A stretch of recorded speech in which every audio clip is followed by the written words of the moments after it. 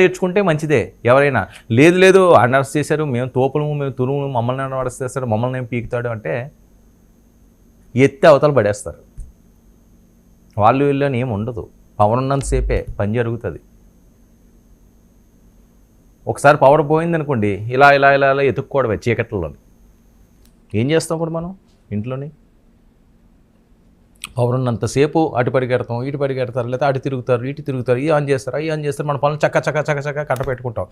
Just within సెకండ్స్లో ఒక్కసారి power cut అయిందనుకోండి, బ్లాంక్ అయిపోద్ది. ఏం అర్థం కాదు. ఎక్కడి నుంచి ఎక్కడ స్టెప్ అయ్యాలో తెలియదు. స్టెప్ వేస్తే దేన్ని గుచ్చుకుంటూ పళ్ళు రాలిపోతాయి, అర్థం కాదు. ఇప్పుడు అలాగే ఉంటుంది రాజకీయ నాయకుల పరిస్థితి కూడా. పవర్ ఉన్నంతసేపు బాగానే ఉంటుంది. ఈ పవర్ కరెంట్ పవర్ నేను ఇంట్లో చెప్పేది, ఆ పవర్ పొలిటికల్ పవర్. కానీ పవర్ ఏదన్నా పవరే, అది ఉన్నంతసేపే సాగుతుంది. అది ఒక్కసారి కట్ అయ్యిందో మన పని ఫట్టే. ఓకే, మామూలుగా సామాన్యంగా ఉంటే పర్వాలేదు. ఇలాగే ఓవర్ యాక్షన్లు చేసి ఎక్స్ట్రాలు చేసి ఎవరన్నా మితిమీరిపోతే, హద్దులు దాటిపోతే వాళ్ళకి పడిగేది ఇదే. 24 రోజుల తర్వాత బయటకు వచ్చిన పోసాని షరతులతో కూడిన బెయిల్ మంజూరు చేసిన కోర్టు. ఇది కూడా షరతులతోటే. మళ్ళీ ఏదన్నా వేషాలు వేసినా, లేదా ఇంకోటి చేసినా సేమ్ ట్రీట్మెంట్, సేమ్ జైలు కాదు, ఇంకొక జైలు. ఇక చంద్రబాబు పవన్ లోకేష్పై అనుచిత వ్యాఖ్యలు చేసి తప్పు చేశాను అని చెప్పి ఆయన ప్రతిరోజు పశ్చాత్తాపడుతున్నారని చెప్పి వస్తున్న వార్తలు. గత నెల 26న అరెస్ట్ అయిన పోసాని కృష్ణమురళి జైలు నుంచి బయటకు రాగానే ఆయన భావోద్వేగం ఒకసారిగా మనం చూడొచ్చు. అక్కడ వైఎస్ఆర్సీపీ నాయకులు ఆయన దగ్గరికి వెళ్ళారు, బోరుమని విలపించారు. గుంటూరు కాబట్టి ఆయన అక్కడే ఉంటారు, ఆ దగ్గరలోనే అంబటి గారు. సరే వెళ్ళారు, ఎవరో ఒకరు వెళ్ళాలి కదా, ఆయన వెళ్ళాడు. ఆయన పట్టుకుండి విలపించారు. అందరూ కొద్దిగా ఇబ్బంది పడ్డారట అక్కడ ఉన్న వాళ్ళందరూ కూడా. నేను కనుక్కున్న దాన్ని బట్టి ఆయన చూసి ఒక్కసారిగా షాక్ అయ్యారట. ఏంటి ఎలాగ పోసాని చాలా యాక్టివ్గా సరదాగా ఏదేదోలో ఉండేవాడు, ఆయన చేష్టల వాటితోటిని ఇంత దారుణంగా తయారైపోయాడు ఏంటి? ఆయన మనిషి చూడండి, అసలు ఏం లేడు. ఆయన బాగా లొంగిపోయాడు, భయపడిపోయాడు. ఎందుకు మరి భయం? ఇప్పుడు అది చేయడం ఎందుకు? ఇప్పుడు భయపడడం ఎందుకు? ఈ టెన్షన్లు ఎందుకు? లేనిపోయిన రోగాలు తెచ్చుకోవడం ఎందుకు? ప్రశాంతమైన జీవితం భగవంతుడు ఇచ్చాడు. కోట్లాది రూపాయలు సంపాదించుకున్నారు మీ తెలివితేటలతో, మీ కష్టంతోటో, వాట్ ఎవర్ ఇట్. కానీ ఇప్పుడు ఎందుకు ఇది? ఈ రాజకీయాల్లోకి వెళ్ళడం ఎందుకు? సరే వెళ్తే వెళ్ళారు, సజీవంగా సాగించారంటే అది లేదు. ఇప్పుడు మొత్తానికి ముంచేశారు. అసలు కల్లో కూడా ఊహించడండి. ఎవరు వెళ్ళాలనుకుంటారండి జైలుకి? ఎవరు వెళ్ళాలనుకుంటారు? జైలు కూడా తినాలని అనుకుంటారా? జైలుకి వెళ్ళాలని అనుకుంటారా? ఎవ్వరు కూడా అనుకోరు. ఎంత గొప్పవాడైనా సరే, ఎంత సామాన్యుడైనా సరే, వాళ్ళకు ఉన్న దాంట్లో తినేసి ప్రశాంతంగా ఉంటే చాలరా బాబు, మనం ఆ జోలికి వెళ్ళకూడదురా అంటారు. కానీ ఎందుకో మరి వీళ్ళకి అన్నీ ఉండి కోరి కొని తెచ్చుకోవడం, కోరి కొట్టించుకోవడం, దీన్నే అంటారు. ఇక జైలు నుంచి బయట రాగానే భావోద్వేగం, అంబటిని పట్టుకుని బోరుని విలిపించిన కృష్ణమురళి, లోకేష్, పవన్, చంద్రబాబుకు క్షమాపణలు అంటూ ప్రచారం, తప్పు చేశానంటూ పశ్చాత్తాపడుతున్నట్లుగా తెలుస్తుంది. ఇది మంచిది, ఇది పరిణితి. ఈ రకంగా పరిణితి చెందితే చాలా మంచిది. పశ్చాత్తాపం ఉండాలి మనిషి జీవితంలో. పశ్చాత్తాపం లేకుండా నేను చెలరేగిపోతానంటే అది వేరే రకంగా ఉంటుంది. పోసానిపై ఏపీ వ్యాప్తంగా 30కి పైగా ఫిర్యాదులు వెళితే ఇందులో 17 కేసులు నమోదైనవి. అయితే ఫిబ్రవరి 26న అన్నమయ్య జిల్లా ఓబులవారిపాలె పిఎస్లో నమోదైన కేసుకు గాను పోసాని అరెస్ట్ అయ్యారు. ఇది ఫిబ్రవరి 26న చూడండి. ఇక ఒక్కో పిఎస్లో నమోదైన కేసుకు గాను ఆయా జైళ్లకు తరలింపు. చూసాం మనం ఎపిసోడ్ అంటే పోసాని ప్రస్థానం ఎలా జరిగింది, జైలు ప్రస్థానం ఇప్పుడు ఎలా ఎండ్ అయ్యింది, ఇంకా ఎండ్ అవ్వలేదు, కాస్త విరామం అంటారు కదా, ఆ విరామం దొరికింది ఆయనకి. ఇక విచారణ కోసం కోర్టులు, కస్టడీల పేర్లతో జైళ్ళు చుట్టూ తిరిగిన పోసాని కృష్ణమురళి. దాదాపు ముందుగా నేను చెప్పినట్లుగా 2000 కిలోమీటర్లకు పైగా పోసానిని తిప్పిన పోలీసులు. పోసానిపై నమోదైన అన్ని కేసుల్లోనూ న్యాయస్థానాలు బెయిల్ మంజూరు. ఇది చాలా కీలకం అండి. నేను ఒక అనాలిసిస్ చేసినప్పుడు కాస్త అనుమానం ఉండేది.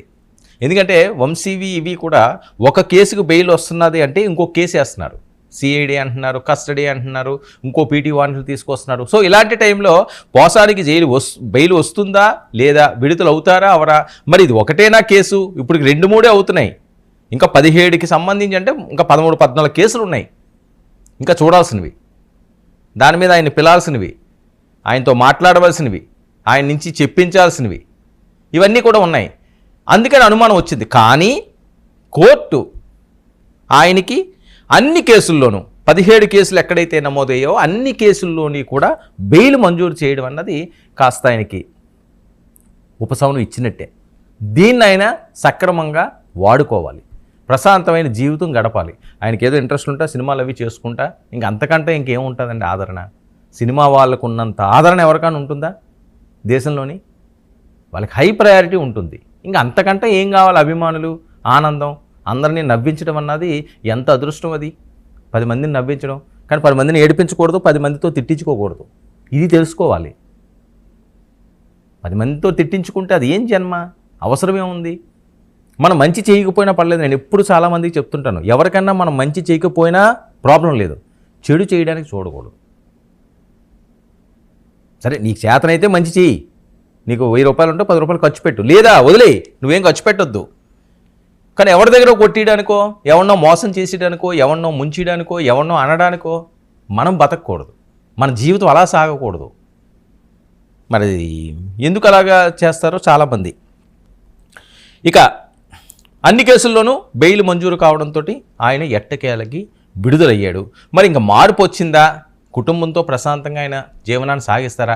మళ్ళీ రాజకీయాలంటూ, మళ్ళీ పార్టీలంటూ, మళ్ళీ టార్గెట్లు అంటూ, లేకపోతే మళ్ళీ ప్రెస్ మీట్లు పెట్టుకుంటూ విచ్చలవిడిగా మళ్ళీ గతాన్నే రిపీట్ చేసి ముందుకు వెళ్తారా? అదే కానీ జరిగితే ఆ దేవుడు కూడా ఈయన కాపాడలేడని చెప్పి జనసైనికులు, పవన్ కళ్యాణ్ గారి అభిమానులు అవనియండి, తెలుగు తమ్ముళ్ళు, వీర మహిళలు, తెలుగు మహిళలు మాట్లాడేది. కానీ ఆ రకంగా వెళ్ళడేమో లేండి. ఇంకా ఆయన అనుభవించిన అనుభవం ప్రస్తుతానికి సరిపోద్ది. ఇంకా అది గుర్తుంటుంది జీవితాంతం అంతానే.